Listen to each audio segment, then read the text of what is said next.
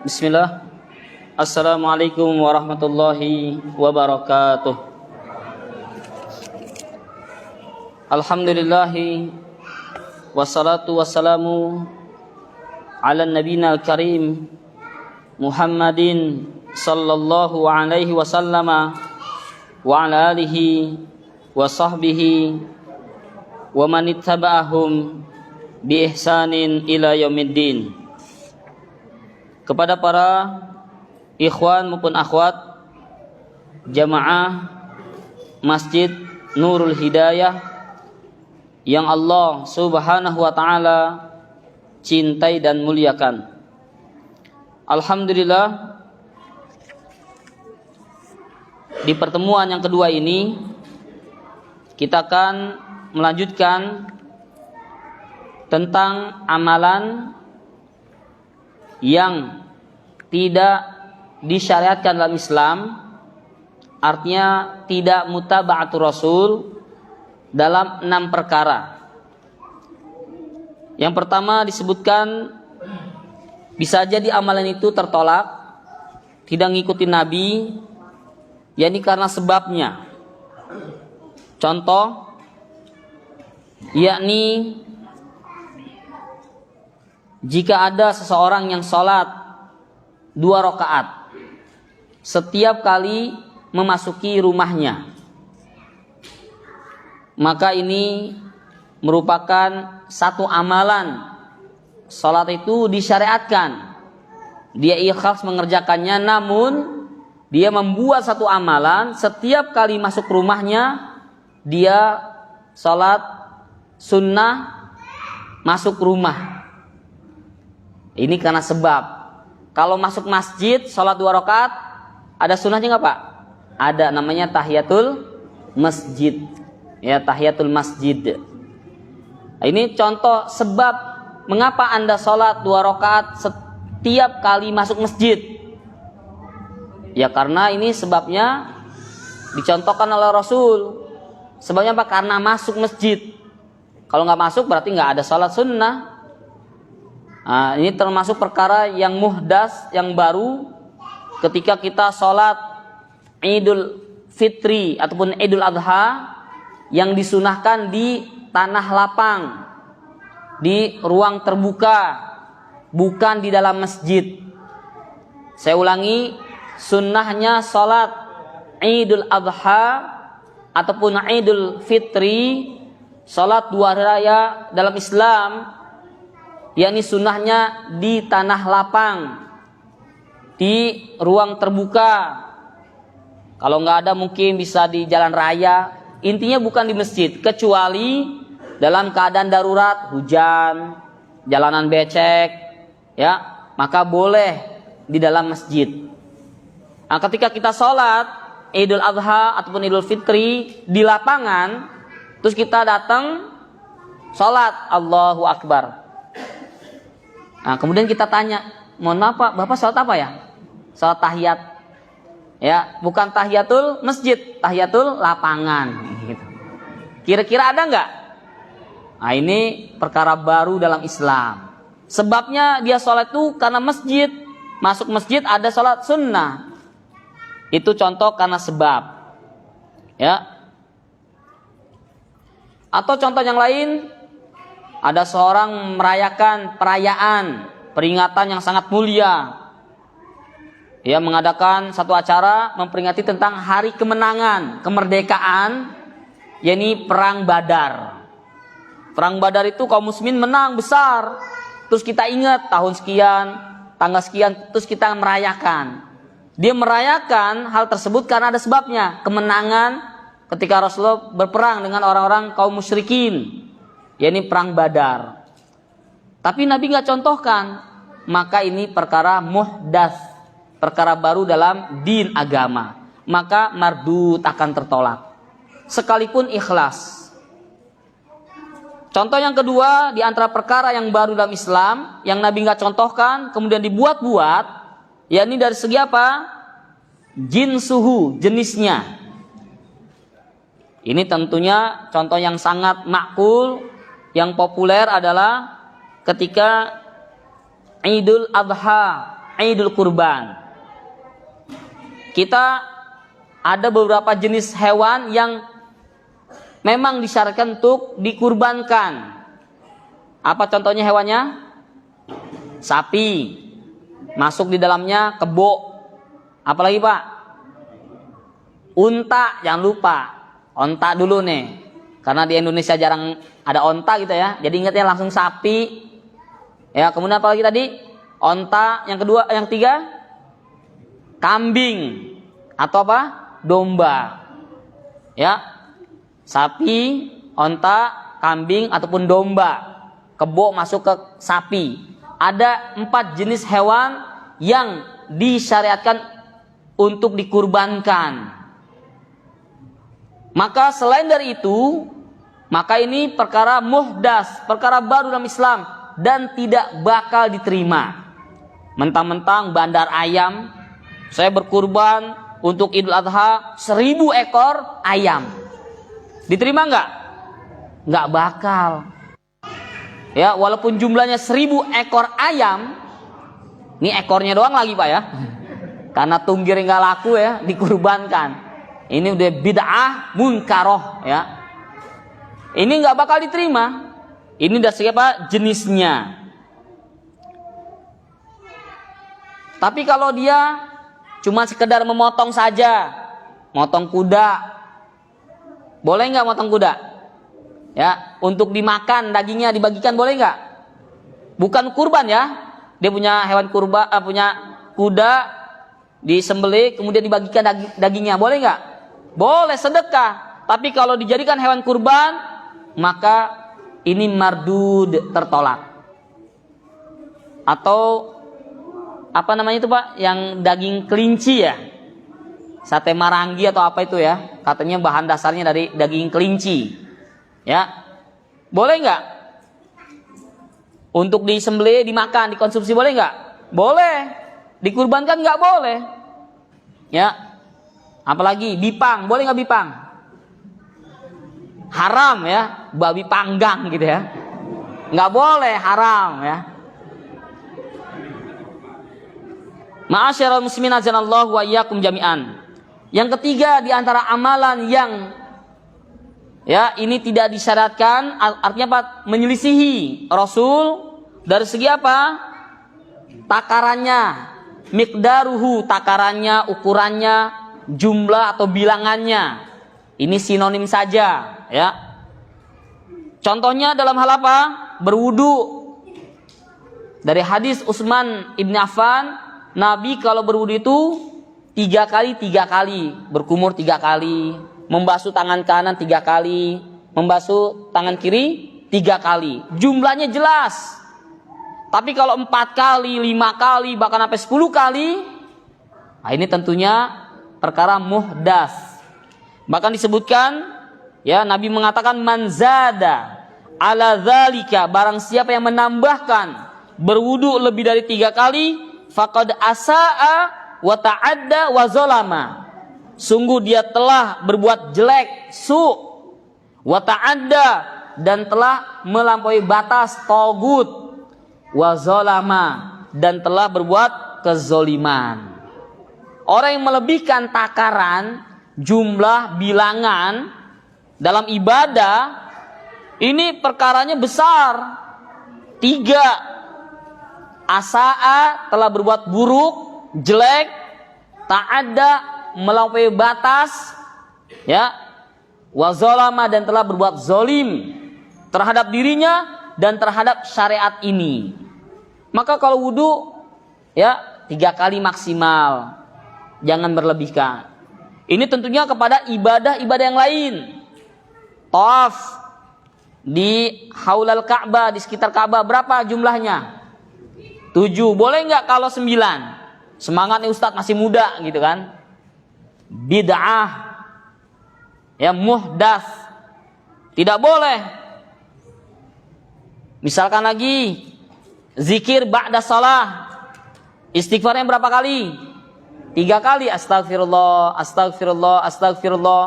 Kalau dia bacanya 5 kali, ini masuk perkara miqdar, takarannya, ukurannya bilangannya ini melampaui batas. Ya. Intinya adalah setiap ibadah-ibadah yang Allah dan Rasulnya telah tetapkan bilangannya, jumlahnya, nggak boleh ditambah. Ya. Kemudian yang keempat, di antara amalan yang tidak disyaratkan disebabkan karena apa? Bertentangan dengan kaifiat, tata caranya. Contohnya ini ada orang sholat, ya, sholat jenazah. Berapa rakaat, Pak? Sholat jenazah berapa rakaat? Pernah sholat jenazah kan nih? 4 Ustadz katanya. Kayak sholat isya dong ya. Takbirnya 4, rakaatnya nggak ada. Ya, dia sholat jenazah Allahu Akbar, terus sujud. Benar nggak ini? Nah, ini namanya menyelisih kaifiat, tata cara pelaksanakan sholat jenazah. Atau tadi contoh wudu, harusnya kumur-kumur, dia langsung membasuh kaki, kemudian kepala, baru kumur-kumur. Ini berarti kaifiatnya menyelisihi syariat Islam. Yang Nabi nggak contohkan, dia buat-buat. Termasuk kategori man ahdasa, barang siapa yang suka membuat-buat satu amalan dalam urusan din agama, pasti tertolak. Capek doang. Itu disebabkan karena teknis. Ya. Yang kelima, untuk mempersingkat waktu, yang kelima di antara contoh amalan yang ini menyelisihi syariat mutaba'atu Rasul, disebabkan dari segi apa? Waktunya. Apa contohnya, Pak? Yang sering salat subuh dilakukan jam 7. Kira-kira tanpa uzur, Pak ya. Tanpa uzur syar'i. Salat subuh itu ketika terbit matahari itu sudah habis waktu salat subuh. Ini salat subuh jam 7. Walaupun dia ikhlas, tapi tanpa uzur, salat subuhnya mardud, tertolak dari segi waktunya. Atau contoh yang lain tentang Idul Adha, Idul Kurban, dia sudah siapkan kambingnya yang paling gemuk, atau domba yang super duper ya, yang gede lah, yang 5 atau sampai 7 juta harganya. Namun dia sembelih sebelum khatib naik mimbar. Kira-kira diterima nggak kurbannya? Tidak dihitung sebagai hewan kurban, tetapi dihitung sebagai sodakoh biasa. Ini waktunya.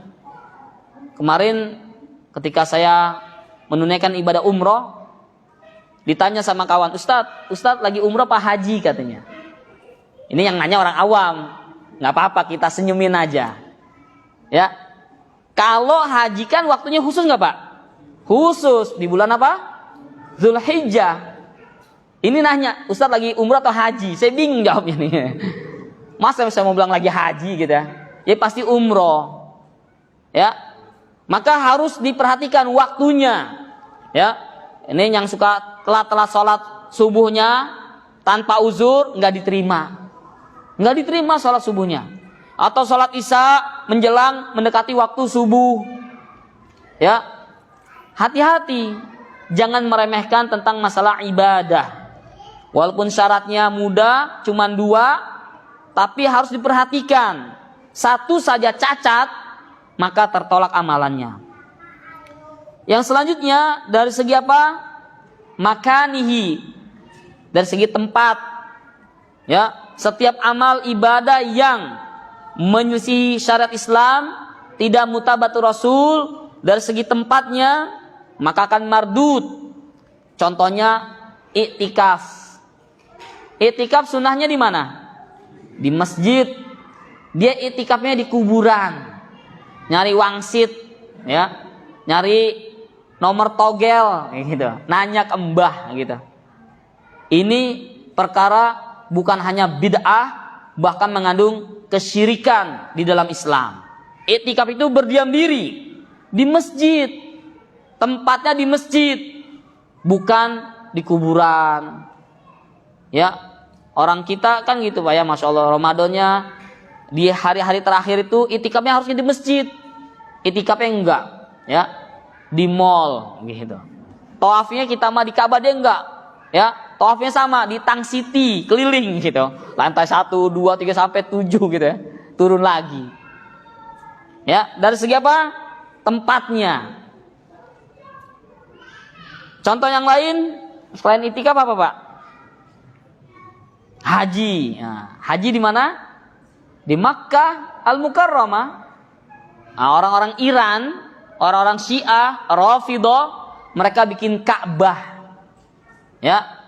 Mereka sekarang umrohnya ataupun hajinya enggak lagi ke Saudi Arabia, enggak lagi ke kota Makkah Al-Mukarramah, punya Ka'bah tersendiri. Itu enggak bakal diterima ibadahnya. Kalau di Indonesia ada juga Ka'bah, ya. Tapi itu untuk latihan. Ya, di mana, Pak? Di Pondok Gede kalau nggak salah ya. Atau di Islamic Center buat latihan tidak mengapa.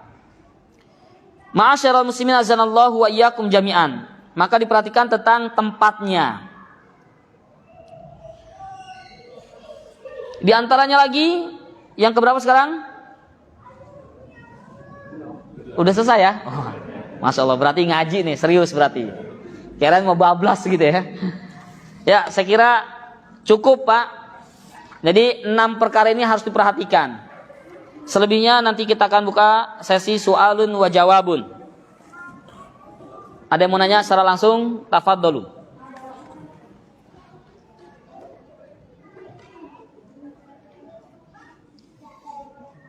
Ada yang mau nanya, Pak?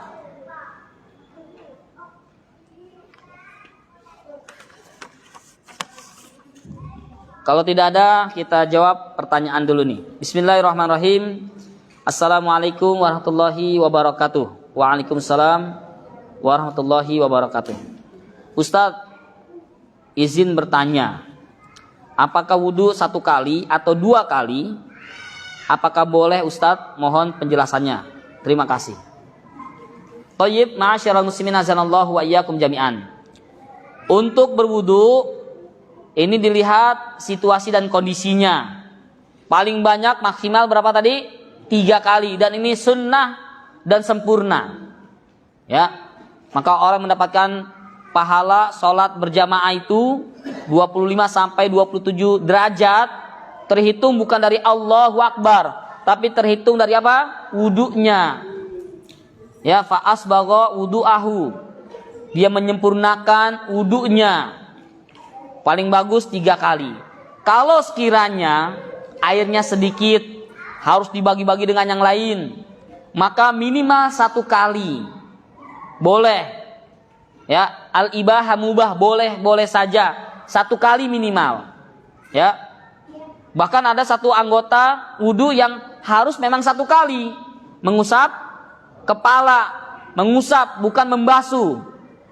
Kalau yadun tangan, wajhun wajah, rijlun kaki, Allah menggunakan fagsilu, dan cucilah, basuhlah, ambil air, ya, tangannya, kakinya, wajahnya itu dibasuh, dicuci. Tapi kalau kepala, wamsahu biru'usikum, dan usaplah, artinya ambil air, cemek-cemek gitu, Pak ya. Nah, diusap. Ini berapa kali? 1 kali saja. Kalau 2 nggak boleh. 3 apalagi, dan nggak boleh setengah juga ini ya. Sampai gini doang nggak jadi ya. Jadi cukup 1 kali saja. Jadi kalau pertanyaan boleh atau tidak, boleh. Insya Allah Ta'ala yang terlarang lebih dari 3. Dan ini pun tentunya dilihat dari situasi dan kondisi. Apa sebabnya dia sekali, 2 kali? Ya, kalau karena tadi airnya kurang atau di pesawat, ya, maka air terbatas, maka diperbolehkan. Kalau sama sekali air sangat darurat, kalau buat wudhu akan berkurang, buat minumnya, maka disunahkan untuk apa? At-tayammum. Tayamum. Air ada tapi tidak mencukupi. Ada air tapi lagi sakit, ya. Ada air tapi jauh, maka boleh tayamum. Ya, intinya adalah boleh, insya Allah Ta'ala. Ada lagi yang lain?